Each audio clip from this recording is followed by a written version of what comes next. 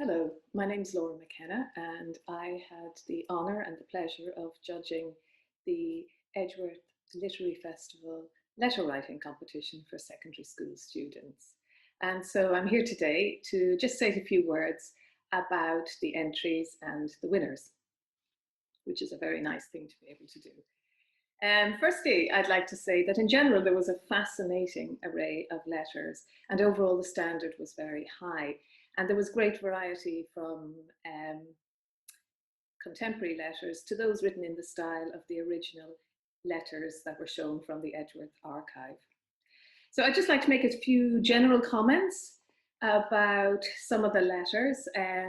Firstly, there was just an incredible geographical array of locations mentioned, and this was really impressive. They kind of were spread out from America to Australia, from Spain to Greece to France, a letter from Egypt, one about Zimbabwe. So it was really a very impressive and showed quite a widespread of interest in the students who were writing. And then there were letters which, even in a short 500-word limit, because that is actually quite short, managed to convey story and character. And I'm thinking of one in particular which was written during the famine, which was very interesting, and another set in 1189 during a castle siege. And both of these were short, but they still managed to convey setting and story, which was really very good. And no, a number of them displayed also a very welcome sense of humour. It's not something you see very often in writing, well, at least not in adult writing. Actually, it's often in young people's YA fiction, which is terrific. But the one that comes to mind, or a character, was who had the name of Sir Adel Krantz. I thought that was really, really funny one. Others had shown an admirable level of research.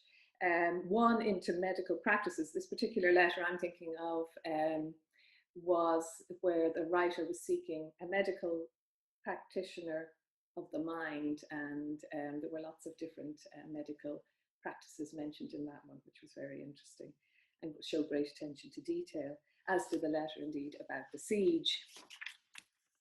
But there must be winners, so although many displayed these touches, there were letters that pulled it together, possibly in a different way, and are deserved winners. So I'm going to announce the junior winners first. And I have to say this was difficult, but in the end, the first prize goes to a letter written by Lucian, and he's writing to his wife about his journey to Dublin in a carriage. And what struck me about this letter was how it evoked the arduous nature of the journey. And the writer mentions the rain and the mud. He mentions details about food and his traveling companions. And the tone of the letter is consistent all the time. The language sufficiently old style without too much thee or thou and so forth. And it really does read like a letter. So very well done to the writer of this travel account. And in second place then, in the junior section, is a letter written in 1854. And this is a letter where Lottie is writing to her brother about the marriage that her parents have engaged. It sounds very authentic too, and the language is appropriate and consistent throughout. The opening is excellent and sets the scene where she's writing to her brother who's traveling abroad, and meanwhile she's playing a tedious song on the piano while her father sips his tea. And she appeals, "Oh brother, come and bring me away," and then the story unfolds from there. So it was an excellent read. In third place then, we have a letter from Fanny to her friend Beattie. Now, while the other letters were very much of the period, the tone of this one is probably more early 20th century. But the letter establishes the character of Fanny through the language choices of the writer. And there's real humour in this letter too. I love the expression bricky lady and good old Dr. Holland. And as I say, very much more early 20th century, but it was consistent throughout the letter. So while there was emphasis on story in this one, it was an excellent example of having a strong, consistent voice and making very good word choices. Very enjoyable letter. Thank you. Now, there were at least 5 other stories that I read and reread to consider for the highly commended section, but I could really only choose 2. That was my option there. So in the highly commended section, There's another very funny, clever story, a young woman writing to her friend, and it's a period letter using modern language and quite a description of the suitor who is the Duke of Wellington. And the reference to the cook's banoffee pie was just so funny. So it kind of used modern inferences in an older style letter. And the other one in the highly commended category is one that I had to read a few times, and it was an interesting one about the Bunsbury cult. So in this letter, Charles writes to his brother William about whether he should participate in an ungodly ritual to infiltrate this evil cult. And the language and voice, again, was consistent in this letter throughout. And the writer asks questions, weighing up his moral dilemma and referencing his brother. He calls him dear brother several times in the letter. And there was lots of wild Gothic language, so a very entertaining letter indeed. And I'm just going to give special mention, actually, in the junior section to two other letters which were very striking. One was a contemporary letter sent from Spain, from Barcelona, by Anna, and it included some lovely, vibrant details of the city and life in Spain. And my other special mention goes to a short and wonderfully on point letter from L.W., the famous suitor of Fanny, to his father, following Fanny's lack of response to his proposal. And there's a wonderful line in it where he says, "I was, of course, expecting a yes." So that was a very entertaining and short letter. It's amazing what you can manage in under 200 words, and this writer did just that. So worthy of a special mention. And now to go on to the senior letters. And I just go straight to the winners, actually, in this one. So in first place, we have a letter whereby Maria writes to Honora about Paris. And this letter always keeps the addressee in mind with its questions and its enthusiastic and personal descriptions of Paris. So this is very much a letter. It's not a story, it's an account, but in a very informal kind of chatty way. So the writer uses expressions like, "Can you believe it?" or "I assume you've been wondering." So it's always holding the reader's interest with its distinctive and attentive voice of enthusiasm. So well done to this writer. In second place, we have a letter whereby Fanny writes to her mother for advice regarding L.W.'s proposal. Now, this letter read like a letter of the period. It starts formally, but it builds up, and it seemed to me that the writer actually got more into their own writing as they went along. It also asks questions of the mother and conveys Fanny's emotional response, and ends on a very good note with a question to her mother. So well done to that writer in second place. And in third place, and these are all variations actually on that letter about the proposal. So in third place, there's a letter from the stepmother, Frances, to her stepdaughter, Fanny. And this is a short but deftly written letter of advice to Fanny. It opens with general details and questions about home and a little description of Paris in the way that a letter probably would, before going on, whereby the writer outlines her reasons why Fanny should reject her suitor. And it gets to the point in very good ways, actually. Very good, very sound advice. So well done to that writer. And highly commended in this section then is a funny and self-aware, very self-aware and a kind of ironic contemporary letter about a real problem. And the opening line really drew in this particular reader, whereby the writer says, "My insides feel like my mother's beef stew." And this sets the tone for the dilemma and the kind of ironic situation the writer finds himself in regarding his Leaving Cert exam. So well done to that writer.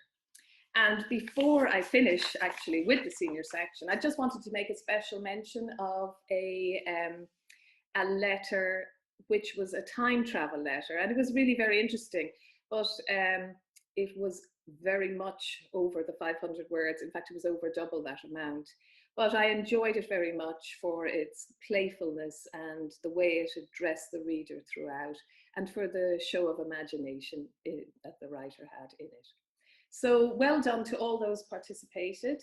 It was a very enjoyable thing for me to read as a judge, and interesting also to see the letter format and how it was used in different ways by all you different writers. So congratulations. Thank you.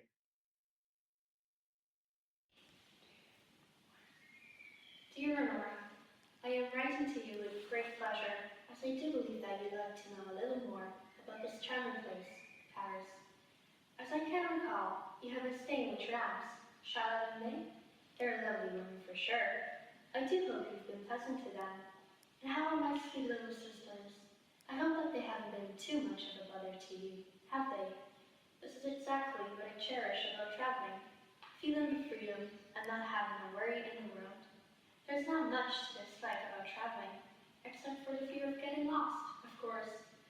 I assume you have been wondering what it's like to travel.